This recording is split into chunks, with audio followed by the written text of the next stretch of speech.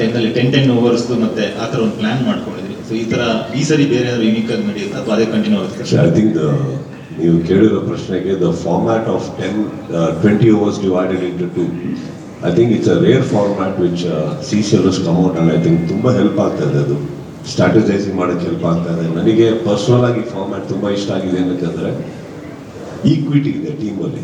ಹೇಗೆ ಅಂತ ಹೇಳ್ತೀನಿ ಕೇಳಿ. ಸೊ 10 overs ಡಿವೈಡ್ ಮಾಡೋದ್ರಿಂದ ಏನಾಗುತ್ತೆ, ಓಕೆ ರೆಸ್ಟ್ ಸಿಗುತ್ತೆ ಅಂತ ನೋ. ಇಲ್ಲಿ ನಾರ್ಮಲ್ ಆಗಿ ಒಂದು ಟೀಮ್ ಮಾಡ್ತೀನಿ. ಓಕೆ, ನೀವು ಇಲ್ಲಿ ಬಂದಿದ್ದೀರಾ ಅನ್ಕೋಣ. ಈಗ ಫಾರ್ ಎಕ್ಸಾಂಪಲ್ ಒಂದು ಇಂಡಿಯನ್ ಟೀಮ್ ನೋಡಕ್ ಬಂದಿದ್ದೀರಾ, ನಿಮ್ದೊಂದು ಯಾವುದೋ ಫೇವ್ರೆಟ್ ಪ್ಲೇಯರ್ಸ್ ಇರ್ತಾರೆ, ಅದರಲ್ಲಿ ಒಂದು ಅವಕಾಶ ಸಿಗುತ್ತೆ. ಅವ್ರು ಔಟ್ ಆಗ್ಬಿಟ್ರೆ ಮತ್ತೆ ನೆಕ್ಸ್ಟ್ ಮ್ಯಾಚ್ ವರೆಗೂ ಕಾಯ್ಬೇಕು ತಾವು. ಕರೆಕ್ಟ್. ಇಲ್ಲಿ 2 ಆಪರ್ಚುನಿಟಿ ಸಿಗುತ್ತೆ. ನಿಮ್ಮ ಫೇವ್ರೆಟ್ ಆಕ್ಟರ್, ಹೀರೋ ಯಾರನ್ನ ನೋಡೋದು.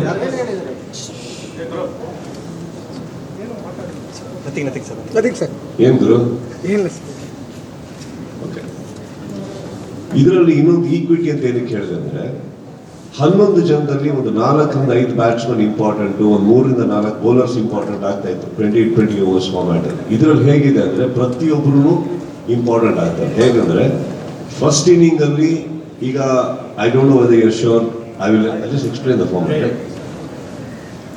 ಒಂದು ಟೀಮಲ್ಲಿ 11 ಪ್ಲೇಯರ್ಸ್ ಅಲ್ಲಿ 7 ಜನ ಎ ಕ್ಯಾಟಗರಿ ಆಗಿರ್ಬೇಕು, 4 ಜನ ಮಾತ್ರ ಬಿ ಕ್ಯಾಟಗರಿ ಆಡಕ್ ಸಾಧ್ಯ.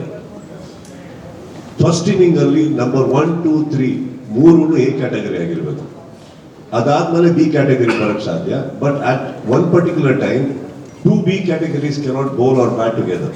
There has to be 1 A category together. Okay. ಇನ್ನೊಂದು ಬ್ಯೂಟಿಫುಲ್ ಏನಂತಂದ್ರೆ, ಫಸ್ಟ್ ಇನ್ನಿಂಗ್ ಅಲ್ಲಿ ಯಾರು 3 ಜನ ಓಪನಿಂಗ್ ಬರ್ತಾರೋ ಸೆಕೆಂಡ್ ಇನ್ನಿಂಗ್ ಅಲ್ಲಿ ಬರೋಂಗಿಲ್ಲ. ಸೆಕೆಂಡ್ ಇನ್ನಿಂಗ್ ಬೇರೆಯವ್ರು ಬರಬೇಕು. Same thing with the bowling also. ಯಾರು ಫಸ್ಟ್ 3 overs ಅಲ್ಲಿ ಬೌಲಿಂಗ್ ಹಾಕ್ತಾರೋ ಫಸ್ಟ್ 3 overs ಅಲ್ಲಿ ಸೆಕೆಂಡ್ ಇನ್ನಿಂಗ್ ಅಲ್ಲಿ ಬೌಲಿಂಗ್ ಮಾಡೋ ಹಾಗಿಲ್ಲ. ಸಪೋಸ್ ನಾನು ಹೇಳ್ತಾ ಇರೋದು 3 bowlers ನೀವು ಯೂಸ್ ಮಾಡ್ಕೊಂಡ್ಬಿಟ್ರೆ ಫಸ್ಟ್ ಇನ್ನಿಂಗ್ ಅಲ್ಲಿ, ಓಕೆ, ಸೊ ಅವಾಗ 3 over ಅಲ್ಲಿ 3 ಜನ ಬೌಲರ್ಸ್ ಲೆಕ್ಕ ಬರುತ್ತೆ. Correct. So those 3 bowlers cannot bowl in the first 3 overs of the second inning. So there is a huge competition here and a strategy. ನೀವು ಹೇಗೆ ಬಳಸ್ಕೊತೀರ ಒಬ್ಬ player. For example ನಾವು ಈಗ ರಾಜೀವ್ ಅನ್ಕೋಣ. Okay, I am just taking his name. ಒಬ್ಬ tough hitter ಅಂದ ತಕ್ಷಣ second inning ಅವ್ರು ಓಪನ್ ಹೋಗಂಗಿಲ್ಲ. He has to come second inning ಅಲ್ಲಿ ಬೇರೆ ಆರ್ಡರ್ ಅಲ್ಲೇ ಬರ್ಬೇಕು. ಸೊ ಅದು ಟ್ಯಾಕಿ ಇರುತ್ತೆ, ಸ್ಟ್ರಾಟಜೈಸ್ ಮಾಡಬೇಕಾಗುತ್ತೆ. ಅಂಡ್ ಇವಾಗ ಇಮ್ಯಾಜಿನ್ ಮಾಡ್ಕೊಳ್ಳಿ, bowlers if you run out of bowlers for example, next silent ಆಗಿರೋ ಕೇಳಲಿ, ಹಲೋ ಸೈಲೆನ್ಸ್ ಪ್ಲೀಸ್. ಈಗ ಸಪೋಸ್ ನಾನು ಹೇಳೋದು ಯಾವುದೋ ಒಂದು ಪೀಕ್ ಬಂತು ಬೌಲಿಂಗ್ ಅಲ್ಲಿ, ತುಂಬಾ ಟಫ್ ಸಿಚುವೇಶನ್ ಬಂದಾಗ ನಂದು 2 ಪ್ರೈಮ್ ಬೌಲರ್ಸ್ ಬಿ ಕ್ಯಾಟಗರಿ ಇದ್ದಾರೆ ಅನ್ಕೊಳ್ಳಿ, ಇಬ್ರು ಕೈಲಿ ಮಾಡ್ಸಕ್ಕಾಗಲ್ಲ. ಯಾರೋ ಒಬ್ಬ ಮಾಡಬೇಕು, ಇನ್ನೊಬ್ಬ ಎ ಕ್ಯಾಟಗರಿ ಮಾಡಲೇಬೇಕಾಗುತ್ತೆ. So these are the things as a captain we need to hold in mind.